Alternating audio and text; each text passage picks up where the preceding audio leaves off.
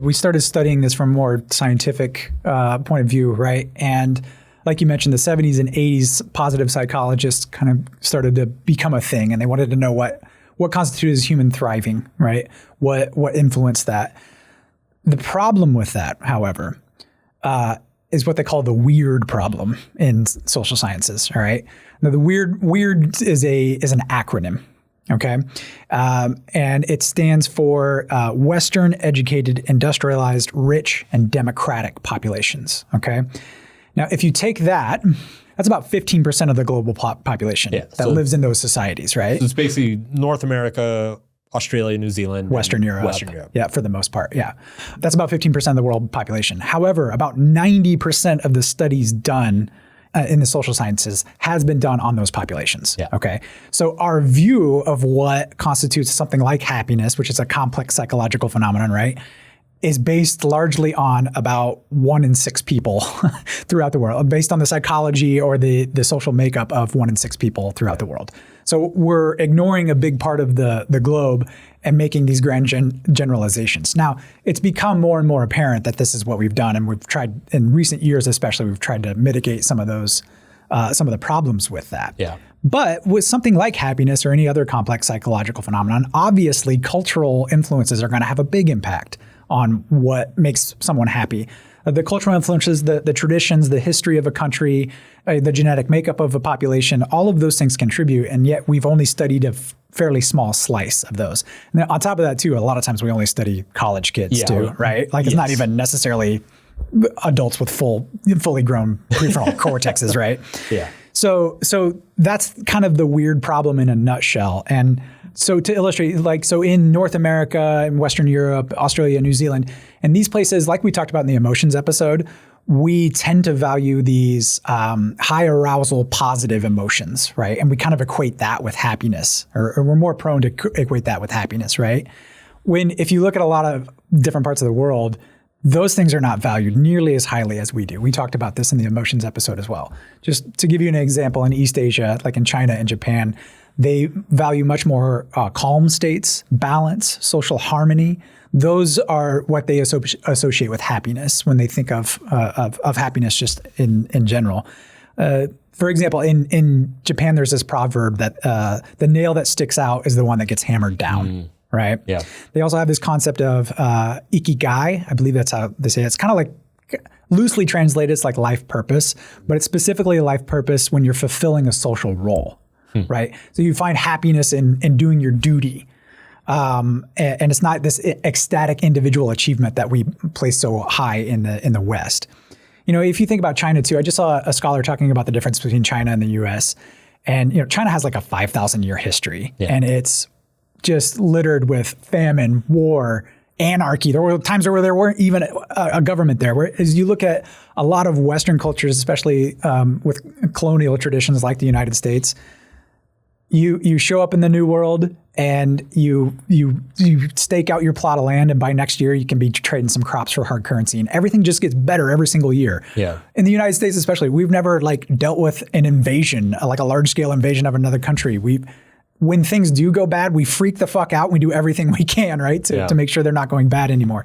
It's a very different way of thinking about this. Whereas in China, you know, they've learned to deal with this 5,000 year history that's very checkered with these ideals around family and social support, right? Your devotion to the clan. And so it's a very different way of thinking about the world. Yeah. And yet what we've studied mostly in the social sciences so far has been these weird populations. Yeah. And so Russia is another example too. Like, you know, especially in the West, we think of Russians as just like cold, miserable people, right? Sorry to the Russians out there. It's that's kind of what, but they too have a very long history of, you know, being invaded and famine, and like in World War II, right? They lost something like 25 to 30 million people. The United States lost 400,000. Yeah. Like, just think about that. Like, there's a very different, you come out of an experience like that with a very different worldview. Yeah. Okay. Especially around things like happiness. And the Russians have some interesting sayings like laughter without reason is a sign of stupidity. I think if anybody knows a Russian, they would absolutely agree with that, totally right? See a Russian saying that. Yeah. If you laugh a lot, you'll cry a lot too. Like, there's just, you know, and then in the Middle East, like exhibitions of being overly happy are often met with, or often you're seen as you're trying to cause envy in other people, so they're kind of kept down as well. Interesting. And then we've already talked about the Buddhist perspective too, about the non-attachment. Happiness being one of those things, if you're striving for it, that's a form of attachment that you need to get away from. So there's this, like, when we talk about the research, just keep that in mind, and we'll try to point that out when it does come up. But this idea of what happiness is, I think a lot of us think that it's a universal thing, and what we're going to find out is very much not, right? I was struck in the research, we came across one of these like cross-cultural studies. Yeah. And in one of them, they asked a Japanese man, they said, how much do you think about happiness?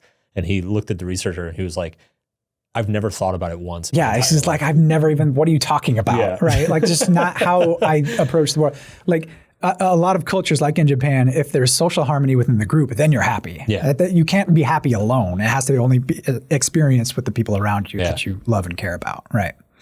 So there's that. And then, okay, so this also gets into things like the World Happiness Report. Like, we see this every day. You want to talk about this? Yeah. Okay. Don't get me started. We see this every year. The World Happiness Report comes out, and they rank countries. Who's the happiest country? And inevitably, it's always a Scandinavian country. Yeah. Lately, it's been Finland. The last several years, last decade or so, it's like Finland has always been the top or near the top. Oh, can I get in here? What do you okay, because we were going to do a YouTube video on this. Yeah. And it never happened because it's just Finland's a long way away. I wanted to do a video on this because Finland has won World's Happiest Country 7 years in a row. And if you actually look at the way the World Happiness Report is compiled, they do it. What's the name of the ladder? The Cantrail Ladder. The Cantrail Ladder. So they do it. They use a thing called the Cantrail Ladder, which is basically they go around the world and they ask people on a scale from 1 to 10, where 10 is your best ideal life and 0 is your worst possible life. Where are you currently? And generally speaking, everybody kind of lands around 6 or 7. And but Finland has consistently been at the top. It's been like 7.8 or 7.9. Now, what's really interesting is that if you actually go talk to Finnish people, they're all like, "What are you talking about?" The rest of you must be miserable because we are not anywhere. Like, have you been to Finland?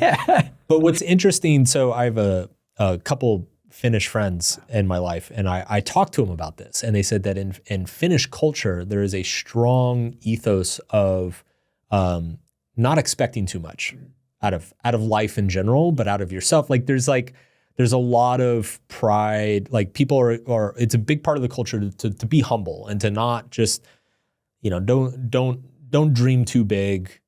Don't set yourself up for disappointment.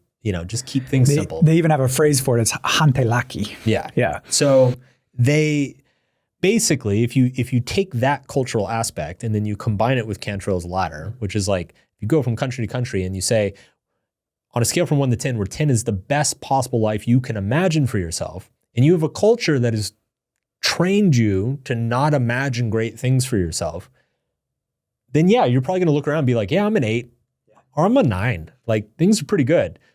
And I look at stuff like that, and I have so much skepticism of like, are we even measuring the same thing? Right. Like, how do you even measure this stuff?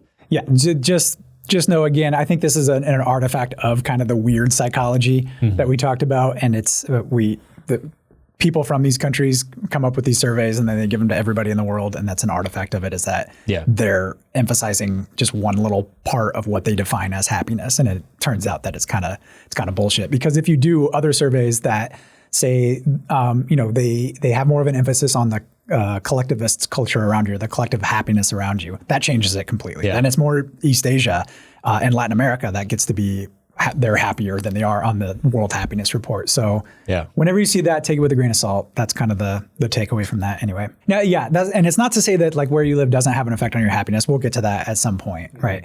It's just that it's a lot more complicated than that. And there's just better ways of thinking about it rather than just asking people going around, are you happy? Are you happy? That's a terrible way to measure happiness for one. And we'll get to why that is a little bit too. Cool.